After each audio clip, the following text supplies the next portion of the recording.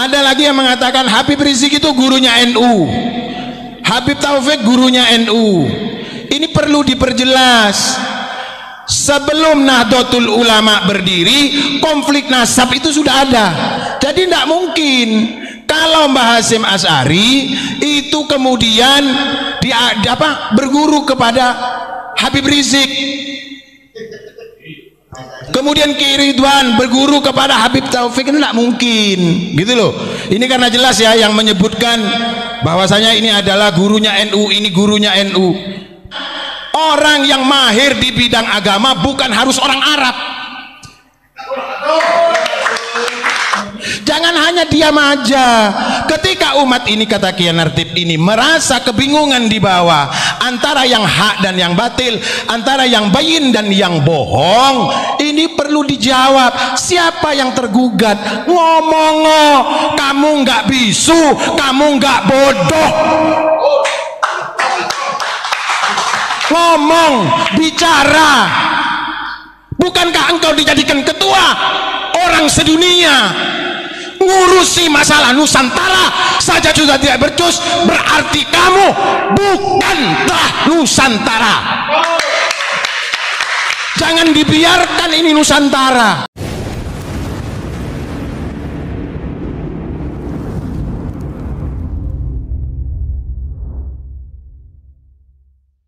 Kita jelaskan dulu, muassis Nahdlatul Ulama itu bukan hanya 3 orang itu. Kemudian embrionya Nahdlatul Ulama itu bukan Mbah Hasyim yang buat. Jadi kalau ibarat ada embrionya, dan ini bukan ibarat tapi memang ada embrionya NU itu. Apa embrionya? Taswirul Afkar. Sebelum Taswirul Afkar itu ada namanya SDI, Serikat Dagang Islam, yang didirikan siapa? Hos Cokro Aminoto bersama Mbah Wahab Hasbullah. Pada saat itu Mbah Hasyim nggak terkenal, nggak dikenal itu pada saat itu. Kemudian bergulir lagi adanya Taswirul Afkar. Taswirul Afkar tidak mampu untuk membendung betapa dahsyatnya pada saat itu globalisasi yang dibawa oleh VOC. Kemudian dibentuklah Nahdlatul Wathon. Ketika Nahdlatul Wathon, ketika Nahdlatul Wathon itu dibentuk, baru Mbah Hasyim Asy'ari dipanggil oleh Mbah Kahar. Ini Mbah Kahar juga seorang donatur, pemilik dana yang disumbangkan untuk mendirikan Nahdlatul Ulama. Nah, Mbah Hasyim Asy'ari, kapan Mbah Hasyim Asy'ari ini mulai dikenal di seantero Serikat Dagang Ampel maupun Serikat Dagang Islam yang dibawa oleh para ulama-ulama di Surabaya, ketika beliau diminta oleh Mbah Kahar untuk menjadi guru besar di Madrasah Nahdlatul Wathon. Kemudian ada di NU Online bahwasanya katanya Mbah Hasyim Asy'ari itu meminta restu kepada Habib Hasyim, kan begitu. Itu di NU Online, di situs yang 90% ini adalah itu menyuarakan dari PBNU, kan begitu, corongnya lah gitu kan. Tapi kita harus paham, saya yakin, kenapa sebelum 1 abad Nahdlatul Ulama kemarin itu Gus Yahya Stakuf itu sudah kita undang untuk datang ke Ampel, kita pertemukan dengan beberapa keturunan dari pendiri-pendiri Nahdlatul Ulama, sehingga kita berikan pemahaman bahwasanya Gus Dur sendiri belajar NU itu belajar kepada Kiai Umar Burhan. Pertanyaannya kan begini, siapa Kiai Umar Burhan? Kan begitu. Kiai Umar Burhan itu adalah putra dari Kiai Burhan yang menjadi bendahara pertama berdirinya Nahdlatul Ulama. Itu satu. Yang kedua, Langgar Gipo yang selama ini pernah ditugaskan oleh Abu Ya Gufron kita untuk mencari keturunan Kiai Hasan Gipo. Jadi ketemulah dengan Gus Yunus itu kan, ketemu dengan Gus Yunus.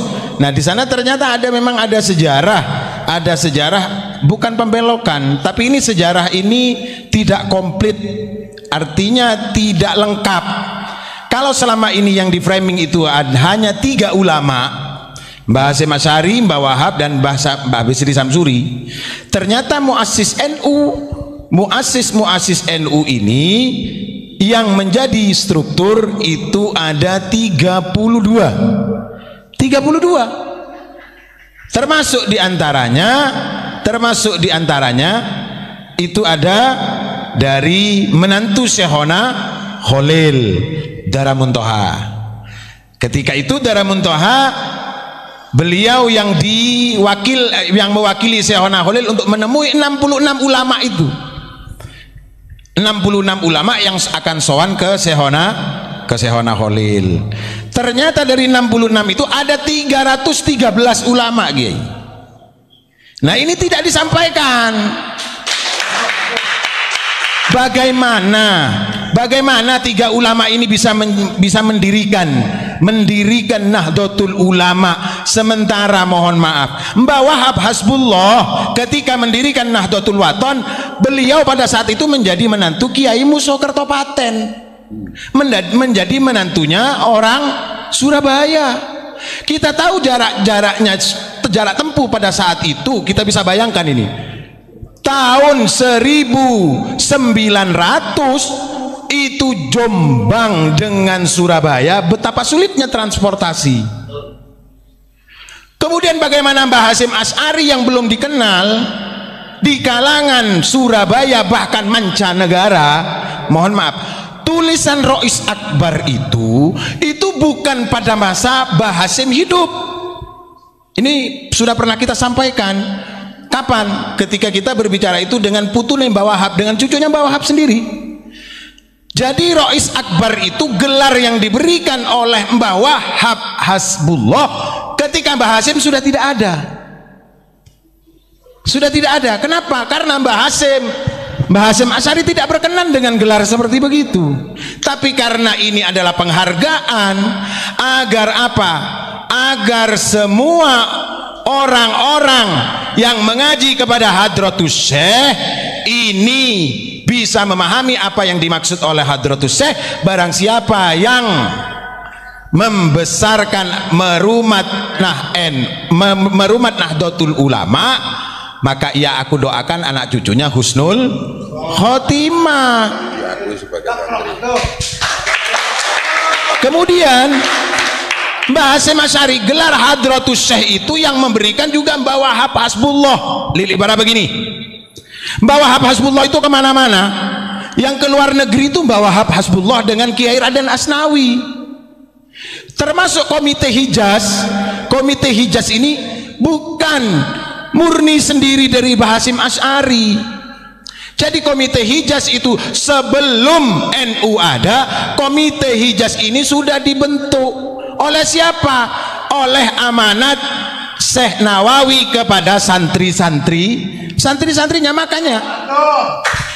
Makanya wajar kalau Syekh Nawawi harus diakui sebagai inisiator berdirinya NU ini, baik itu melalui embrio tadi Taswirul Afkar, Serikat Dagang Ampel, kemudian Nahdlatul Tujjar, Nahdlatul Wathon, kemudian ada lagi Jamiyatul Masajid, Takmirul Masajid, Jamiyatul Tahlil, kemudian Jamiyatul Ma'had, Jamiyatul Pesantren.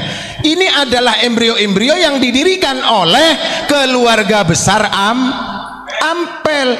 Maka daripada itu ada seseorang yang menulis bahwasanya yang memusuhi saya di tanah Jawa itu adalah keturunannya dari Syekh Ali Akbar. Syekh Ali Akbar itu siapa? Cucunya dari Mbah Ampel. Keturunannya mereka mayoritas yang menjadi pendiri-pendiri Nahdlatul Ulama. Ini tidak disampaikan oleh siapa? Enggak tahu memang PBNU.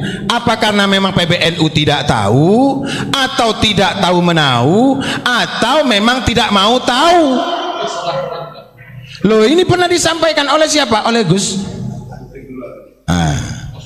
Jadi inilah Kita jeda sejenak ya. Ini kalau bicara NU semangat.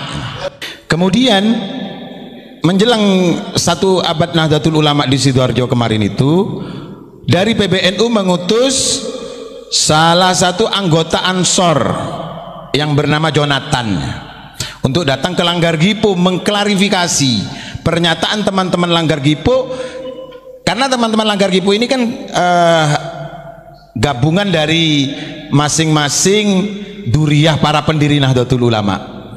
Ada putranya, ada keturunan Kiai Mas Alwi bin Abdul Aziz, Kiai Ridwan Abdullah, kemudian keturunan dari Mbah Umar Burhan, Kiai Zubair Gresik itu.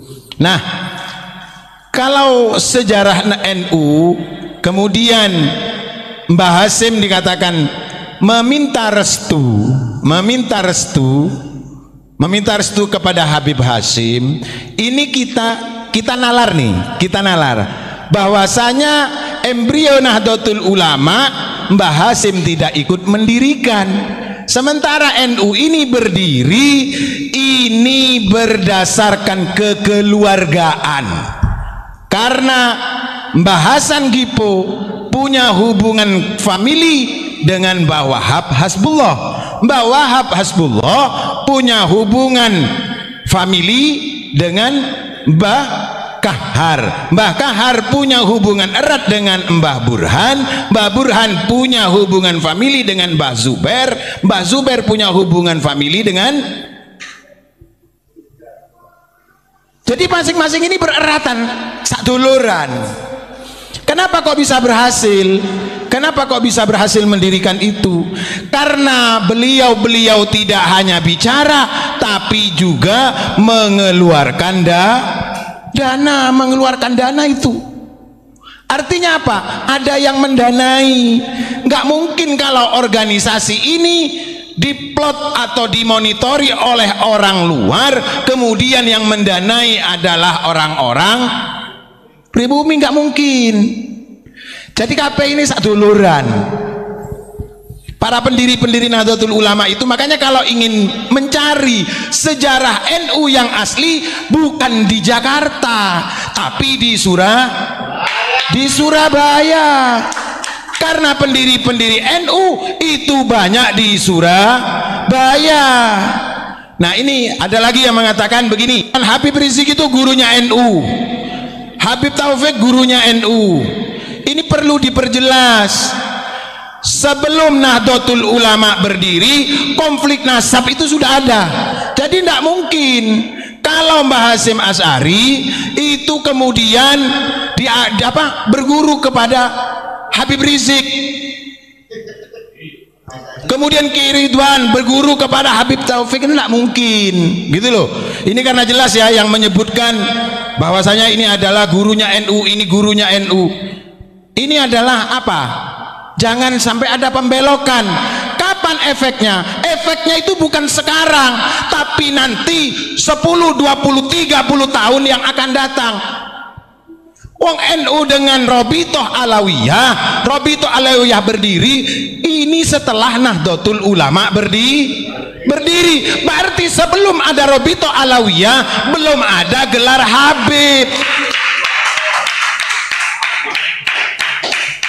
Di Surabaya sampai saat ini itu tidak viral Habib, yang viral iye, wan, abang, kakak, itu yang viral. Jadi kalau ini dikatakan beliau itu adalah guru Nahdlatul Ulama, ini perlu diperjelas, dibuktikan. Coba suruh klarifikasi. Kalau diklarifikasi, ini ngomong depan duriyah-duriyahnya pendiri Nahdlatul Ulama. Mohon maaf, ulama Nusantara ini, ulama-ulama Jawa, ulama-ulama Madura, ulama-ulama Sumatera, Kalimantan, ini adalah poros dunia. Siapapun mengakui, bahkan baru-baru ini mengakui, ada yang mengakui apa? Bahwasanya orang yang mahir di bidang agama bukan harus orang Arab, karena ini beliau adalah mufti dari ilmu yang berada di Hijaz. Loh coba, siapa? Syekh Nawawi. Makanya wajar dan harus, dan alhamdulillah Kiai, 1 abad Nahdlatul Ulama kemarin Rais Suriah PBNU mengakui bahwasanya beliau Syekh Nawawi Al-Bantani memiliki kiprah dengan berdirinya Nahdlatul Ulama. Loh, ini perjuangan, bro. Kalau Syekh Nawawi tidak diperjuangkan, banyak kiai-kiai yang lupa dengan jasanya Syekh Nawawi. Makanya ada yang memperjuangkan mengangkat Syekh Nawawi. Ini satu gelombang besar ini, sebuah badai besar. Bagi apa? Bagi peradaban keilmuan. Karena apa? Karena Syekh Nawawi ternyata yang berusaha dipadamkan oleh orang-orang tentang ajaran Syekh Nawawi yang menukil dari ulama sebelumnya, ini banyak ingin dipadamkan perjuangannya. 1, perjuangan beliau dalam akidah Ahlus Sunnah wal Jamaah. Syekh Nawawi Al-Bantani pernah berkunjung ke Ampel, menemui salah satu keturunan dari Bahsunan Ampel yang bernama Kiai Marzuki.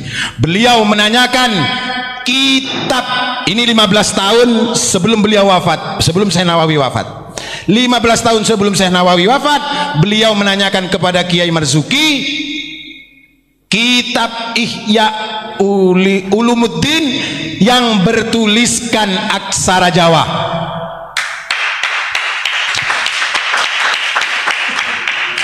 Berarti apa?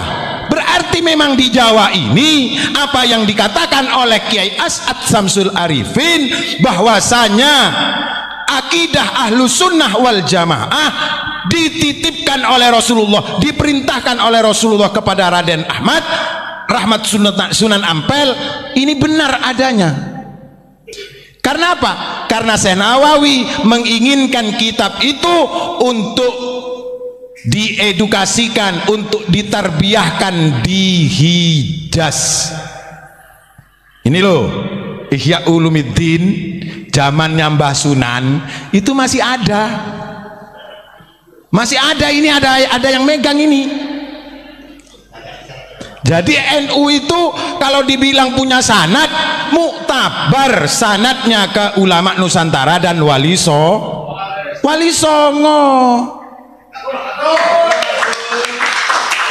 Sementara dari saudara-saudara itu mengakui betapa keilmuan ulama Nusantara ini sungguh sangat luar biasa. Nah ini kembali lagi, kalau tadi minta restu, inti minta restunya kapan? Dijelaskin dong. Kemudian buktinya mana? Kan begitu. Sementara Mbah Hasyim Asy'ari dalam embrio Nahdlatul Ulama saja tidak ikut mendirikan kok. Nah kemarin itu ada yang menyatakan bahwasanya Mbah Hasyim Asy'ari yang mendirikan Nahdlatul Tujjar. Nahdlatul Tujjar itu kita tahu apa Nahdlatul Tujjar? Kebangkitan para pedagang. Kapan Mbah Hasyim Asy'ari jadi pedagang? Nah ini kita counter, kita tunjukkan kepada tim kreatif itu. Akhirnya apa? Karena Mbah Hasyim tidak ikut mendirikan Nahdlatul Tujjar. Nahdlatul Tujjar itu yang mendirikan adalah Mbah Yai Hasan Gipo. Kemudian ada yang mengatakan Kiai Hasan Gipo itu bukan kiai, itu saudagar. Ini perlu tabayun lagi. Siapapun yang mengatakan Mbah Hasan Gipo itu bukan kiai, perlu ditabayuni lagi. Ini kita kadang-kadang kan belajar sejarahnya itu sepotong-sepotong, tidak betul-betul mau menggali dan mempublikasikan, tidak mau adanya edukasi. Artinya apa? Memberikan pemahaman-pemahaman yang lansam, yang berkelanjutan. Sehingga apa? Sehingga kita gampang untuk dipotong di tengah jalan. Tapi ingat, kata Mbak Yai Halwani apa? Jangan sering memotong sejarah orang supaya sejarahmu tidak dipotong oleh Allah Subhanahu wa taala. Jadi seperti itu. Ini pentingnya edukasi. Kalau kita belajar bagaimana keterlibatan dari Pondok Pesantren Sidogiri, ternyata ini masih keluarga Keluarga dari siapa? Keluarga dari Syekhona Khalil, karena kakeknya satu. Dari siapa? Kiai Asror. Kiai Asror dari Sayyid Sulaiman. Sayyid Sulaiman dari Mbah Sunan Gunung Jati. Maka wajar kalau Abuya Gufron ketika meluruskan mufarraqah NU di Jombang, beliau datang ke Sidogiri, ternyata ada trah sama-sama dari keturunan Sunan Gunung Jati. Makanya berani untuk tabayun. Loh, ini loh ulama gentleman. Jangan hanya diam aja. Ketika umat ini, kata Kiai Nartib ini, merasa kebingungan di bawah antara yang hak dan yang batil, antara yang bayin dan yang bohong, ini perlu dijawab. Siapa yang tergugat? Ngomong, kamu nggak bisu, kamu nggak bodoh. Ngomong, bicara. Bukankah engkau dijadikan ketua orang sedunia, ngurusi masalah Nusantara saja sudah tidak becus, berarti kamu bukanlah Nusantara. Jangan dibiarkan ini Nusantara. Tidak akan ada efeknya bagi mereka yang cuek, tapi bagi mereka yang teliti ini akan menimbulkan percikan-percikan kebencian. Jangan dibiarkan berlarut-larut. Tabayun. Kalau kami berani menyampaikan begini kepada PBNU, kami sudah sampaikan, Kiai, melalui sekretaris Katib Suriah. Bagaimana polemik ini, Kiai? Jangan sampai nanti di bawah ini saling cakar-mencakar. Gejolak ini harus ditangani dengan serius. Karena apa? Negara ini tidak berdiri dengan kaki sebelah, dengan satu kaki, tapi negara ini disonggoh oleh berjuta-juta kaki dan berjuta-juta intelektual. Ini perlu dijawab. Monggo. Supaya apa? Supaya tidak menjadi kembang api kebencian. Kalau kita menjelaskan apa yang ada di dalam kitab ini, apa yang di dalam kitab itu, kita dianggap menyerang. Ngapain lu beli kitab? Ngapain kitab itu ditulis?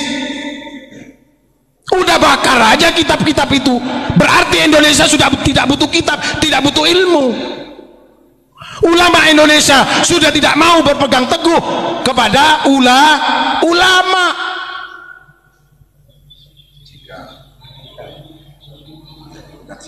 Lah iya, jika setiap apa yang disampaikan secara ilmiah dari berbagai khasanah keilmuan para ulama ini dianggap kebencian.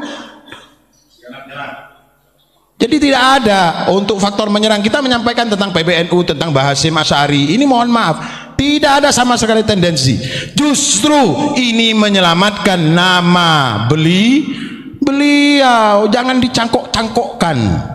Karena apa? Mohon maaf, Mbah Hasyim Asy'ari itu diberikan gelar Rois Akbar begitu saja ketika masih ada. Nggak mau kok. Kan begitu. Karena ini saking takziman wa takriman untuk menghargai jasa keilmuan beliau, maka Mbah Wahab Hasbullah memberikan gelar Rois Akbar, tentunya juga dengan persetujuan para pengurus PBNU. Oke, begitu kira-kira yang bisa kami sampaikan. Wallahu a'lam.